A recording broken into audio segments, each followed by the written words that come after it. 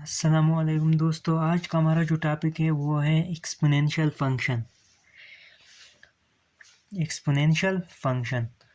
तो इस वीडियो में हम एक्सपोनेंशियल फंक्शन के जो डिफिनीशन है उसके कुछ रिस्ट्रिक्शंस है, उसके डोमेन और रेंज के बारे में बात करेंगे। तो चलिए देखते हैं, डिफिनीशन को देख ले। The function of the form y equals to b power x। इस वाले फॉर्म का y equal to b power x, इस फॉर्म में जो भी फंक्शन हो, इस वाले फॉर्म में जो भी फंक्शन हो, उसी फंक्शन को एक्सपोनेंशियल फंक्शन कहते हैं। अब इसको एक्सपोनेंशियल क्यों कहते हैं? इसलिए कि इसमें जो वेरिएबल है वो एक्सपोनेंट में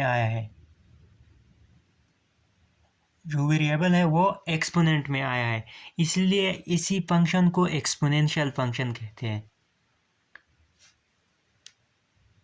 ये जो ऊपर वेरिएबल है इसको कहते हैं एक्सपोनेंट, मतलब पावर। ठीक है, पावर में इसमें जो वेरिएबल है वो पावर में आ गया है। पावर का मतलब एक्सपोनेंट में आया है, इसीलिए इस फंक्शन को एक्सपोनेंशियल फंक्शन कहते हैं। और ये जो पावर की नीचे जो है ये है कांस्टेंट, पावर के नीचे है कांस्टेंट। ठीक है, तो इसी किस्म के y equals to b power x, इसी किस्म की जो भी फंक्शन हो उसी फंक्शन को एक्सपोनेंशियल फंक्शन कहते हैं। और एक्सपोनेंशियल क्यों कहते हैं? क्योंकि इसमें जो वेरिएबल है वो एक्सपोनेंट में आ गया है, इसीलिए इसी को एक्सपोनेंशियल फंक्शन कहते हैं। लेकिन यहाँ पर कुछ रिस्ट्रिक्शंस है। Where b not equal to 1, यहाँ पर ये जो b नज़र आ रहा है ना आपको, ये 1 नहीं होगा। ये रिस्ट्रिक्शन है b पर ये रिस्ट्रिक्शंस है। ये b जो है ये 0 भी नहीं होगा, ये भी b पर रिस्ट्रिक्शन है। रिस्ट्रिक्शन का मतलब कि ये नहीं हो सकता, ये 0 नहीं हो सकता, 1 नहीं हो सकता। और तीसरा जो है ये b नेगेटिव भी नहीं हो सकता, अब क्यों नहीं हो सकता? तो इसको देखते हैं। यहाँ फॉर एग्जांपल यहाँ पर हम कह रहे हैं कि b 1 नहीं हो सकता, b 1 नहीं होगा, ये इस b पर रिस्ट्रिक्शन है।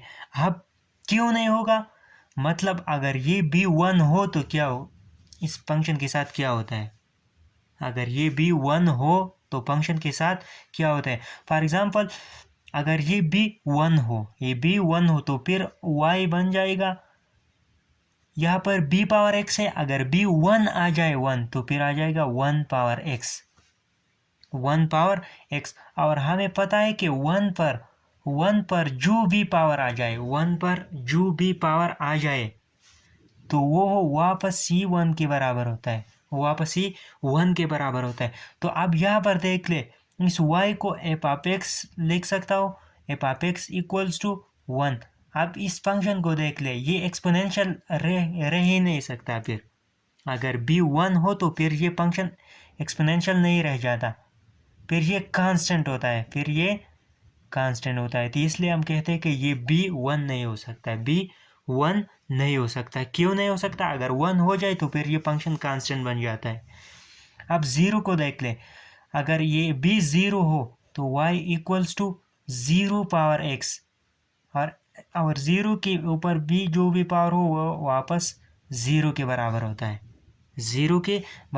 अब इस y को मैं f ऑफ x लिख सकता हूँ, तो फिर आ जाता है f of x equals to 0। तो f of x equals to 0 ये भी एक कांस्टेंट फंक्शन है, ठीक है। तो b अगर 0 हो जाए तो फिर भी यही फंक्शन जो है y equals to b power x ये कांस्टेंट बन जाता है। मतलब कि b के 1 होने से और 0 होने से ये फंक्शन एक्सपोनेंशियल नहीं रहता, कांस्टेंट हो जाता है। अब तीसरा पॉइंट देख ले, b not equal to negative, b negative भी नहीं हो सकता। क्यों नहीं हो सकता? अगर b नेगेटिव हो तो क्या होगा? अगर b नेगेटिव हो तो इस फंक्शन के साथ क्या होता है फिर यहाँ पर देख ले y इक्वल्स टू ये b अगर नेगेटिव हो फॉर एग्जांपल मैं इसे -1 लिख लूँ -1 लिख लूँ नेगेटिव है ना ये -1 और यहाँ पर x ठीक है। अब देख ले यहाँ ये x तो इसी फंक्शन का डोमेन है ये x इस फंक्शन का क्या है डोमेन है। अब हम कहते हैं यहाँ पर हम कहेंगे कि domain of exponential function is all real number. Exponential function का जो डोमेन है वो ऑल रियल नंबर होता है क्योंकि ऑल रियल के लिए ये फंक्शन डिफाइन है।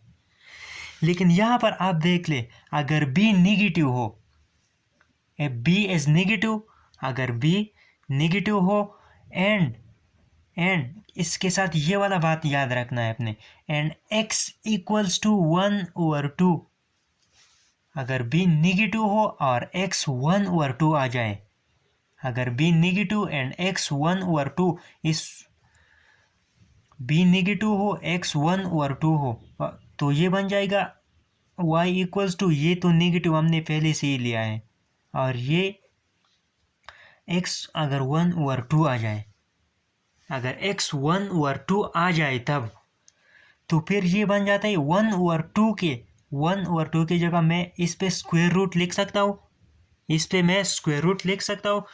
अब इस पर इस -1 पे मैं इसके जगह स्क्वायर रूट लिख लो तो ये इमेजिनरी बन जाता है ये क्या बन जाता है इमेजिनरी बन जाता है। लेकिन कब जब x 1/2 हो जब x 1/2 हो तो यहाँ पर देख ले जब x 1/2 हो तो फिर ये फंक्शन हमें इमेजिनरी वैल्यू देता है। इसका मतलब ये हुआ कि अब आप b अगर नेगेटिव हो तो आप x के जगह ये 1/2 नहीं लिख सकते जो कि डोमेन को मुतासिर कर रहा है डोमेन को अफेक्ट कर रहा है। कैसे अफेक्ट कर रहा है यहाँ पर देख ले domain of b power x जो है ना वो है ऑल रियल नंबर। कैसे क्योंकि ये b power x all real number के लिए डिफाइन है तो ये b पावर x जो है ना यहाँ पर इस x पर कोई भी रिस्ट्रिक्शन नहीं है मतलब आप इस x की जगह कोई भी वैल्यू लिख सकता है आप इस x की जगह कोई भी वैल्यू को लिख सकता है ठीक है। तो इसका मतलब ये है कि ये फंक्शन जो है ना ये for all values of x it is define x के हर एक वैल्यू के लिए ये क्या है डिफाइन है। तो इसका मतलब ये हुआ कि domain of b power x जो है वो है all real number minus infinity up to infinity all real number के लिए ये फंक्शन डिफाइन है इसलिए इसका डोमेन ऑल रियल नंबर है ठीक है। तो यहाँ पर देख ले अब यहाँ पर हम कहते हैं कि ये डोमेन जो है वो ऑल रियल नंबर है लेकिन जब b नेगेटिव हो तो फिर हम कहते हैं कि ये x 1/2 नहीं हो सकता। क्यों नहीं हो सकता क्योंकि यहाँ पर फिर इमेजिनरी नंबर आता है तो इसलिए हम डोमेन को कुछ नहीं कह सकते लेकिन यहाँ पर फंक्शन में b की जगह फिर नेगेटिव वैल्यू पुट नहीं करते तो इसलिए हम कहते हैं कि b नेगेटिव नहीं होगा। b नेगेटिव क्यों नहीं होगा क्योंकि b अगर नेगेटिव हो और x की जगह 1/2 हो 1/2 तो फिर ये इमेजिनरी बन जाता है। फिर यहाँ पर हम कह सकते हैं कि ये जो x है वो 1/2 नहीं होगा और यहाँ पर डोमेन में कहते हैं कि ये फंक्शन का जो डोमेन है वो ऑल रियल नंबर है इसका मतलब ये है कि ये भी इसमें शामिल है। अब ये मसला कैसे हल होगा ये इमेजिनरी वाला किस्सा ये जब b नेगेटिव ना हो ठीक है। अब इसके रेंज की बात करते हैं एक्सपोनेंशियल फंक्शन का जो रेंज है ठीक है। अब देख ले यहाँ पर देख ले b पावर x है। अब आप अगर x की जगह 1 पुट कर ले 1 और b फॉर एग्जांपल 2 आ जाए 2 बी 2 हो और x की जगह आपने 1 पुट किया तो आंसर आ गया 2 आ गया। अब अगर x की जगह मैं 1 पुट कर लूँ, ये 1 वाला तो यही हुआ। अब x की जगह मैं -1 पुट कर लूँ तो ये आता है 1/2, 1/2 तो ये आता है 0.5। ठीक है, अब आप इसके जगह -2 पुट कर ले तो ये आता है 1 - 2 पावर -2 से आता है 1/4 और 1/4 बराबर है 0.25 की। ठीक है, तो पहले तो ये बात आपने कंफर्म करना है कि ये जो फंक्शन है आप x के जगह कोई भी वैल्यू पुट कर ले, x के जगह कोई भी वैल्यू पुट कर ले, ये आपको नेगेटिव नहीं दे सकता, नेगेटिव नहीं दे सकता। इस फंक्शन में ये b पावर x जो है इसमें आपने जो भी वैल्यू पुट करना है x के जगह, x की जगह रेंज किसे कहते हैं, रेंज जो डोमेन की पुटिंग से आप जब हम इसके डोमेन इस फंक्शन में पुट करते हैं और ये जो आउटपुट हमें देता है उसे क्या कहते हैं, उसे रेंज कहते हैं। लेकिन यहाँ पर अब हम इस x की जगह जो भी वैल्यू पुट करते हैं वो नेगेटिव हमें नहीं दे सकता। आप पॉजिटिव वैल्यू पुट कर ले तो भी positive answer, negative value put कर ले तो भी पॉजिटिव आंसर। पॉजिटिव वैल्यू का मतलब यहाँ पर हमने +1 पुट कर लिया तो 2 पावर +1 वापस 2 आता है। पावर पॉजिटिव तो आंसर भी पॉजिटिव। यहाँ पर पावर नेगेटिव है, पावर नेगेटिव -1 है, 2 पावर -1 तो वो 1/2 के बराबर है और 1/2 0.5 तो पावर जो हमने पुट किया वो पॉजिटिव, आंसर भी पॉजिटिव। ठीक है, अब आप इस x का ऐसा वैल्यू भी नहीं बता सकते जिससे ये फंक्शन 0 हमें दे दे, जिससे ये फंक्शन हमें 0 दे दे। फॉर एग्जांपल सबसे छोटी वैल्यू अब अगर हम इसमें पुट कर ले पॉजिटिव वैल्यू में तो नॉन नेगेटिव वैल्यू में तो आ जाता है 2 पावर 0, 2 पावर 0।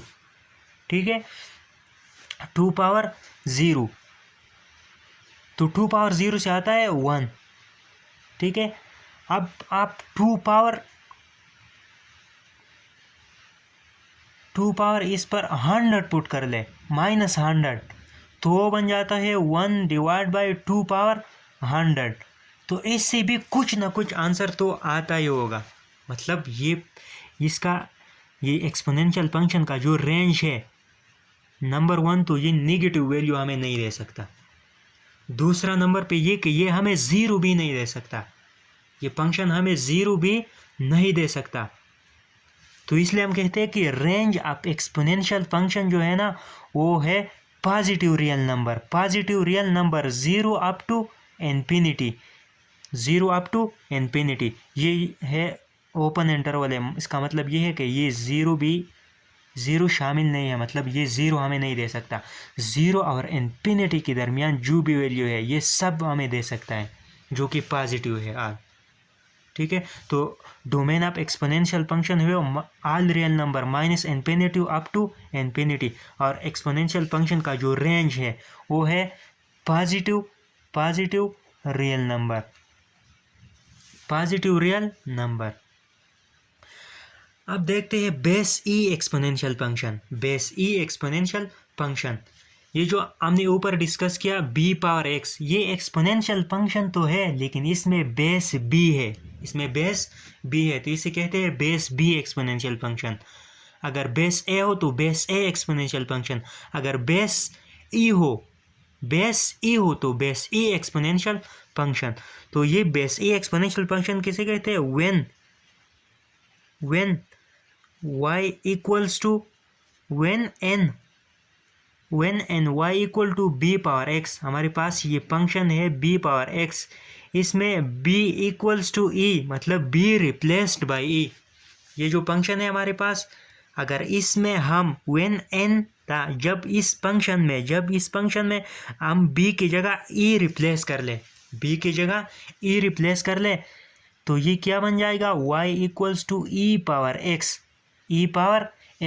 इसी e पावर x को बेस e एक्सपोनेंशियल फंक्शन कहते हैं, इस e पावर x को बेस e एक्सपोनेंशियल फंक्शन कहते हैं। ठीक है, अब ग्राफ ऑफ एक्सपोनेंशियल फंक्शन का जो ग्राफ है वो इंशाल्लाह नेक्स्ट वीडियो में डिस्कस कर लेंगे, लेकिन यहाँ पर सिर्फ इस पॉइंट को क्लियर कर लें। जब हम किसी फंक्शन का ग्राफ ड्रा करना चाहे, किसी फंक्शन का ग्राफ ड्रा करना चाहे, तो आपने उसी फंक्शन का मुख्तलिफ पॉइंट्स प्लाट करना है, और पॉइंट को आप कैसे प्लाट करेंगे? आपने x की मुख्तलिफ वैल्यू पुट करना है और जो वो आपको y की डिफरेंट वैल्यू दे देंगे, ठीक है। अब यहाँ पर देख ले, अगर एक्सपोनेंशियल फंक्शन है for example y equals to b power x, अगर इस x के जगह मैं ज़ीरो पुट कर लूँ, ज़ीरो, तो ये बन जाएगा b पावर ज़ीरो जो कि 1 के बराबर है। हमने ज़ीरो पुट किया, ज़ीरो, और आंसर क्या मिल गया? 1। All type of exponential function जो भी इस फॉर्म में है, b पावर x या a power x, e power x, b power x, c power x, इस टाइप्स के जो भी एक्सपोनेंशियल फंक्शन है उन सारे के ग्राफ जो है, आपने जब ये पॉइंट मालूम कर ली, ये पॉइंट आपने फिर यहाँ इस ग्राफ पे इसे शो करना है। इसके साथ और भी कुछ पॉइंट्स होंगे कुछ इस साइड पे, तो ये ग्राफ इस साइड पे कितने भी मतलब इनफाइनाइट पॉइंट्स हो सकता है, इस साइड पर भी। लेकिन ये एक्सपोनेंशियल फंक्शन का जो ग्राफ है, वो 0,1 वो इसी ही पॉइंट से पास करते हैं, ठीक है, इसी ही पॉइंट से ये पास हो जाते हैं। ये एक्सपोनेंशियल फंक्शन का जो ग्राफ है वो 0,1 से पास हो जाता है, ठीक है। तो graph passes through 0,1, exponential function का जो ग्राफ है वो 0,1 से पास मस्ट ये इस पॉइंट से पास होता है, ठीक है। तो all types of exponential function, all types of graphs of exponential function passes through 0,1।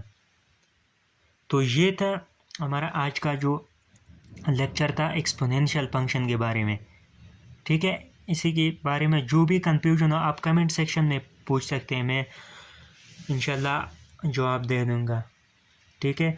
तो इस लेक्चर के लिए इतना ही काफ़ी है, नेक्स्ट लेक्चर में मिलते हैं इंशाल्लाह। अब तक खुदा हाफिज़।